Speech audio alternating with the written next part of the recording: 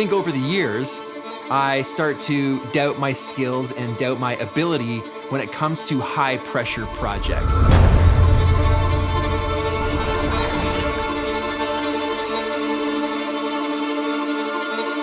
You've got an eclipse happening, which requires its own special equipment to shoot. There's solar filters, NDs. There are dedicated websites and specialists on how to actually capture these types of events. I've never shot an eclipse. I didn't think that this was even gonna happen, but the further we got in the project, I started to realize how crazy this whole idea was. There are so many factors that started filling my head, and all of them landed in the same place. This is never going to work.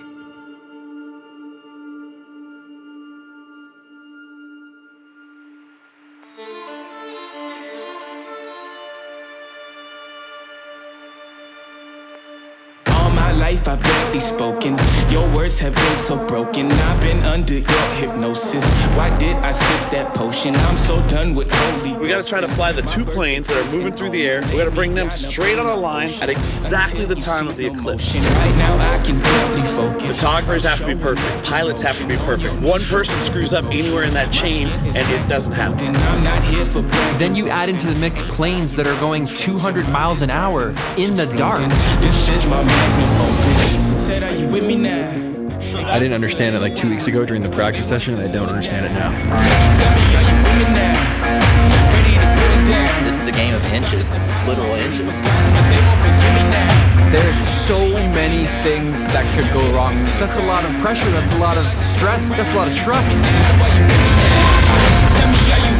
They could maybe be a little closer. Start at the bottom, already forgot it, but they won't forgive me now. Everyone's kind of freaking out. You haters just in the crowd. If we can get one more, let's try hard. That could be it.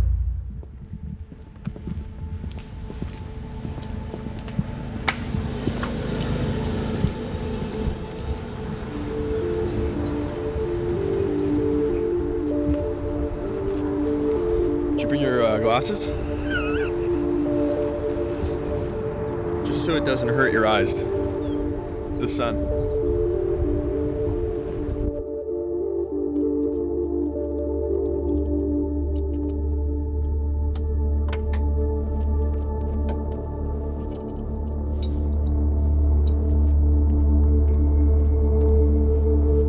Last summer, Red Bull approached Maddie and I with a few project ideas that might unfold throughout 2024. Little did we know what we were getting ourselves into. We were flipping through all of their different pitch decks of different things that might suit both Maddie's style and my style, and then we got to one called Chasing Darkness. Sounds interesting. We should go for that one. And the idea and the premise around this project was trying to shoot the eclipse, which sounded easy, but the nuance inside that was to make the Red Bull planes line up with the eclipse so the ring of the eclipse completed the Red Bull logo.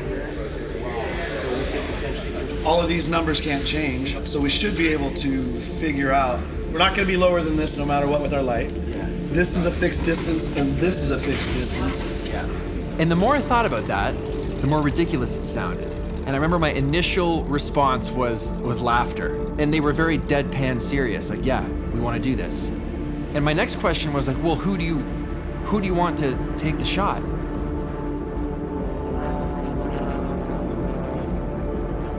I think both of us kind of like in it more for the ride once we realized just how hard it was to get this shot. The more and more we get into this, the more I realize that this is actually like very hard to do. Really hard. Turn going pretty aggressive because I'm gonna lose you already. Gotcha. Yeah, look, any corrections we can get before I'm on abreast is better. I already know Pete. We're just gonna have to do it live. Let's do it live. I wasn't sure if Peter was even gonna bring an actual camera and big lens to try and get this. That sky just looks cool for a portrait, dude. I was talking to him the night before we were leaving for the shoot, and he's like, I don't know if I'm gonna even take my camera on big lens. It's gonna be super annoying. I'm like, I think you should maybe take it. And I don't know if part of that was how crazy this whole thing is. We didn't even really believe that it was gonna actually happen. But maybe there was also an element of like insecurity in there. Me? Like, yeah, Pete, you're taking the photo. Like, well, how? That's a lot of trust. That's a lot of pressure. That's a lot of stress. My immediate instinct was, I don't even think I want to do this. I don't want to commit. I've got commitment problems. I can't do it. We'll just have to think about it later. What else do you have? They circled back a couple weeks after an email and were very dead serious in now setting dates to when we could meet the pilots and actually test this out. You guys have already gotten yourself familiar with all the aircraft here and everything around? Me and Pete did a flight yesterday to try to figure out our end. I think we've pretty much got the flying dialed and we know how long it takes to get into position. And what a wild ask. Just so on brand. So very excited to try and make the impossible happen. And that's when I realized, shit, I think I might actually have to do this.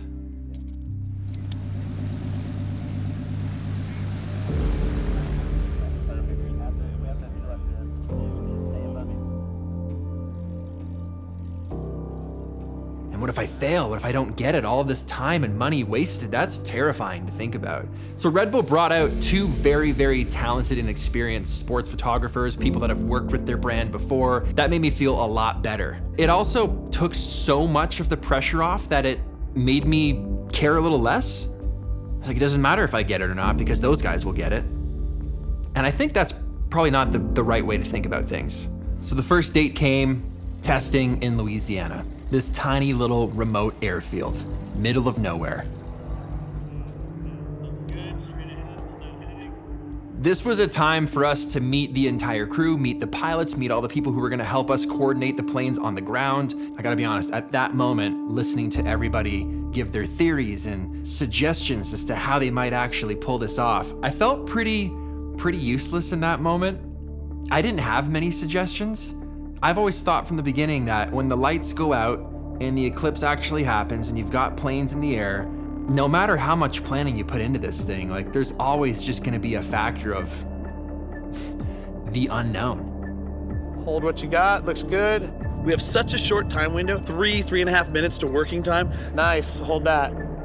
Kevin's job is to stay in position on me. So he's not even looking where he's flying, he's just looking at me. every time Pete moves, you know, I'm moving with him, trying to mirror exactly what he is. We have to make the best we can out of that 3 to 4 minute window we have to work with. There's going to be some finesse to this. Putting those things logistically, yes, need to be figured out, but there's obviously going to be a degree of just grab your camera and go. No matter how much we figure out a good system, and it's not gonna matter when there's this many variables if things go even a little bit sideways. I think we need like 10 cameras staggered, all pointed at the sun, then one of them will get it. I think coming back from the Louisiana trip, I wasn't any further ahead with my hopes of this working. I think I was still in the same place. This is going to be very hard, and if anything, that trip just proved how hard it would be. 30 days later, grab your cameras, load your gear, get your eclipse glasses, game day. I think everybody was super nervous and anxious. I don't know if I've ever really been a part of something like this where everything has to go perfectly, everybody has to be on the ball. Maddie's just out there capturing for the story's sake, not for anyone else's sake, and that was really, really cool to see. One of the coolest things about this project personally was the fact that I'm not doing YouTube right now. Just getting to be there as a support for Peter. It was really nice working with Maddie in the capacity that didn't involve YouTube being like the main dominant factor of the day. Being there to help him out when he's feeling a little insecure, giving him that little push. Nah, you can do this. Like, you're just as good as anybody else out there. Having him there to be that person for me was paramount.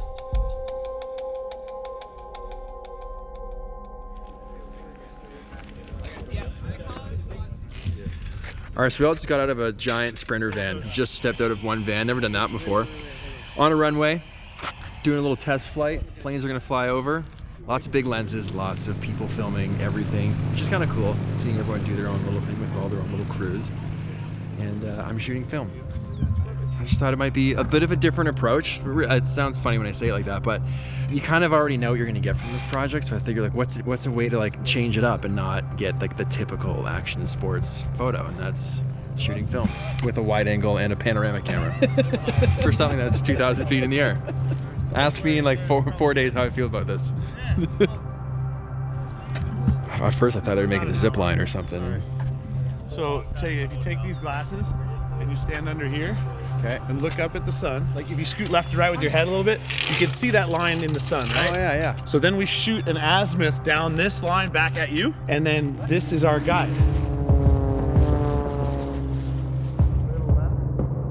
It was just really fun helping him craft this story and tell this story. We don't usually get to do that. Usually we're kind of focused on our own things, and it was really fun for me to just be there to support him in this whole project.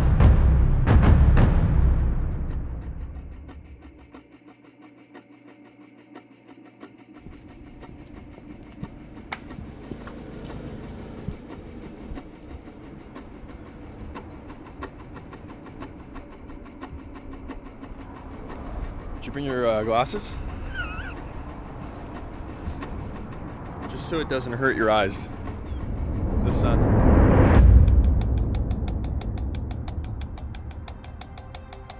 Literally on the day, clouds everywhere, like foggy, misty rain. It was not looking good.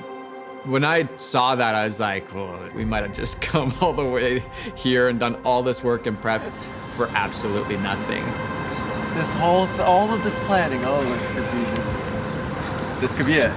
This is reminiscent of other projects I've done where fog has been a problem.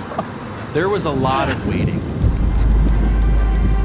A lot of clouds and a lot of weather moved in that was starting to really concern a lot of people. You know, because I had kind of removed that pressure from myself, I just got to kind of watch everyone stress out. We were playing backgammon, cameras were loaded, charged, we were ready to go at a moment's notice. I brought a 300mm with a 2x converter and an R3, knowing that if I was at least gonna send it on 1 or 2 passes, that would probably be enough.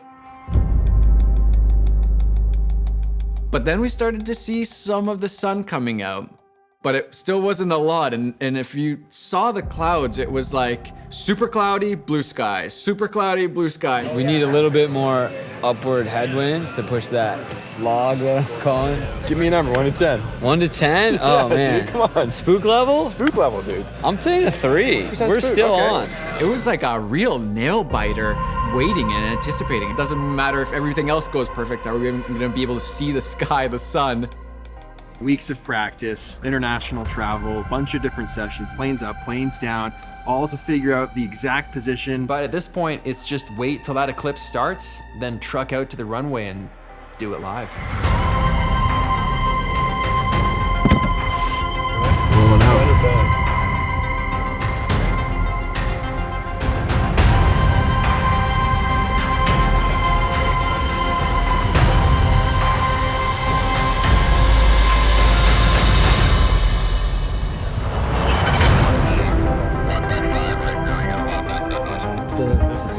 It's behind the clouds. Like where it's been all day. It's almost closer to where it makes you more scared in a way.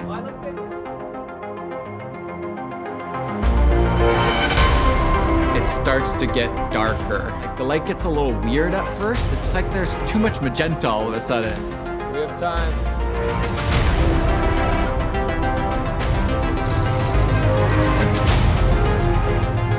It's go time.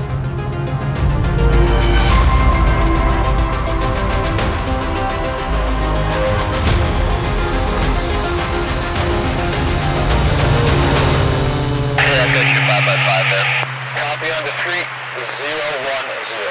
010.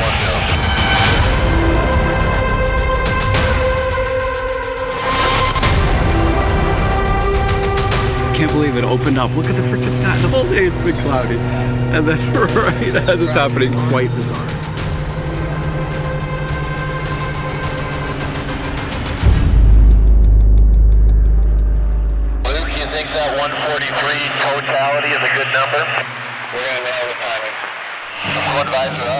Watching this thing, and it's kind of an impossible shot we're trying to get. Everyone has to do their job at the same time, and it's so difficult. It is getting dark.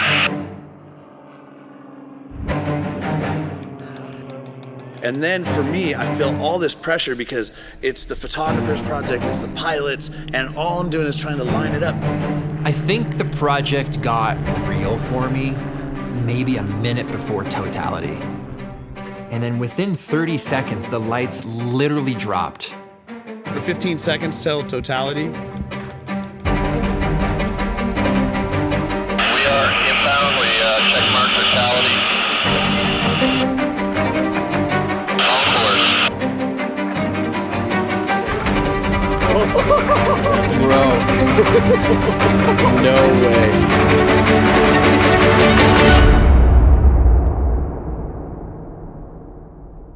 Pure darkness. One of the most surreal experiences I've ever had. 1.1, turning inbound. It was way cooler than I ever thought it would be.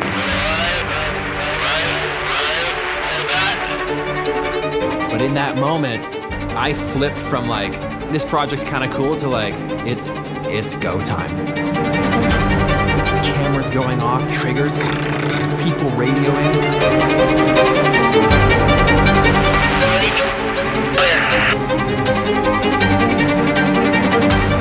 So it's gonna be like that a little right. And they weren't voices of confidence. Fuck.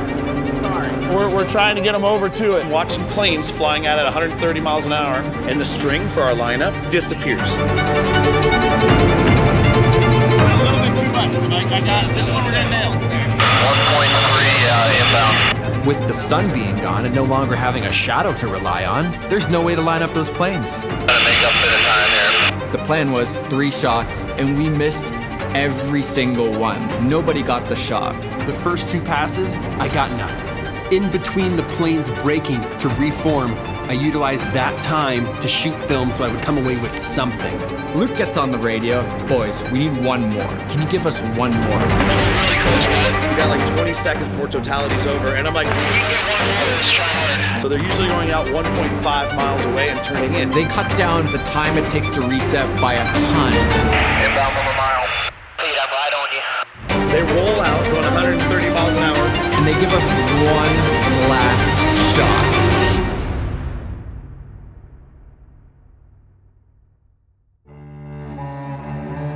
When you've been shooting so long, like your brain and your fingers, they're kind of disconnected but connected at the same time.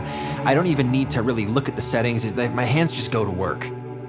That was the last pass. The sun had started to crest on the other side. That flare was looking really, really nice. Instantly, as the planes pass by, the sky goes bright, everything gets bright. Holy shit, this is wild.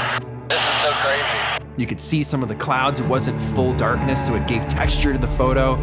And I'm flipping through, and obviously that camera was on max frames per second, so I can see every single frame of the planes flying towards the sun until... That could be it. That could be pretty decent for doing it live. I get to a frame that looks almost identical to the pitch deck that was shown to me. We see Peter's photo, and all of us are like, I think you got it. I think that's the shot. I didn't really believe it. I didn't really process it. I was like, yeah, it looks pretty good. Like, anyway. In that moment, he was still like kind of insecure that like, no, there's something's wrong. Like, you know. Put the camera down and continued shooting film as everyone was kind of settling. But we were kind of like, I think that's the shot. Everyone was reeling off of, did we get it? Were they lined up? I didn't get it lined up. I couldn't see the planes. My planes aren't in frame. And I started thinking more and more about my shot. I think I might have nailed it. From that moment on, the next 2 hours were very, very stressful. First digital photo in a year. Everyone got shoveled into this van. We peeled back to the hangar. It was go time again. I thought the game was over, but we're about to start the second half. Red Bull wants this photo live as soon as possible. I didn't even bring my laptop, so I had to borrow someone's laptop, borrow a card reader, dump the photos, It was even a version of Lightroom that I don't use. I haven't even shot digital photos in the last year. So I dumped the RAW onto the desktop and airdropped it to my phone and edited the whole thing on my phone. I can't believe you actually got that. That's insane, Peter. You did it live. Of course Peter gets the shot. I don't think anybody, including Peter, thought that he would be the one to get the shot. Yeah. Seriously, Pete? There was only a few meters from where we were standing versus where other photographers were standing, and Peter got the shot and other people didn't get the shot. Not bad, right? I will say there's 100% an element of luck there. I can't give Peter all the credit because I think he was also very lucky on the day. But again, that's the whole thing. You can't control every variable. Holy shit. Come on. Whoa. Not bad. Holy cow. I mean, that's the picture. And the little crest of the... I think it adds to it. Sun is like... On the spot, Red Bull licensed the photo, put it on redbull.com, put it on Red Bull's Instagram account. I posted it to my Instagram, and next thing you know, it was absolutely everywhere. It was wildfire. That photo made the rounds. Raise up the yard right now. Tell me who you are. Get in the car right now. Reach for the stars. I want it all right now. Tell me who you are. Get in the car right now. Reach for the stars. I want it all. It was recognition I've never even experienced as a photographer. It really is an accumulation of just so many factors that might never happen again.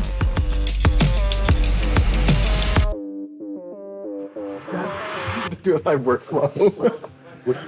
I guys like to introduce a new course. It's called the Do It Live workflow. I know we joke a lot on this trip about just gonna have to do it live. We're just gonna have to do it live. I'm gonna do it live. Do it live. We'll do it live. Just do it live. I'm gonna do it live. Just doing it live. Do it live. I'm doing it live. You did it live. Absolutely done live. I don't always do it live, but when I do, it goes on Red Bull Main.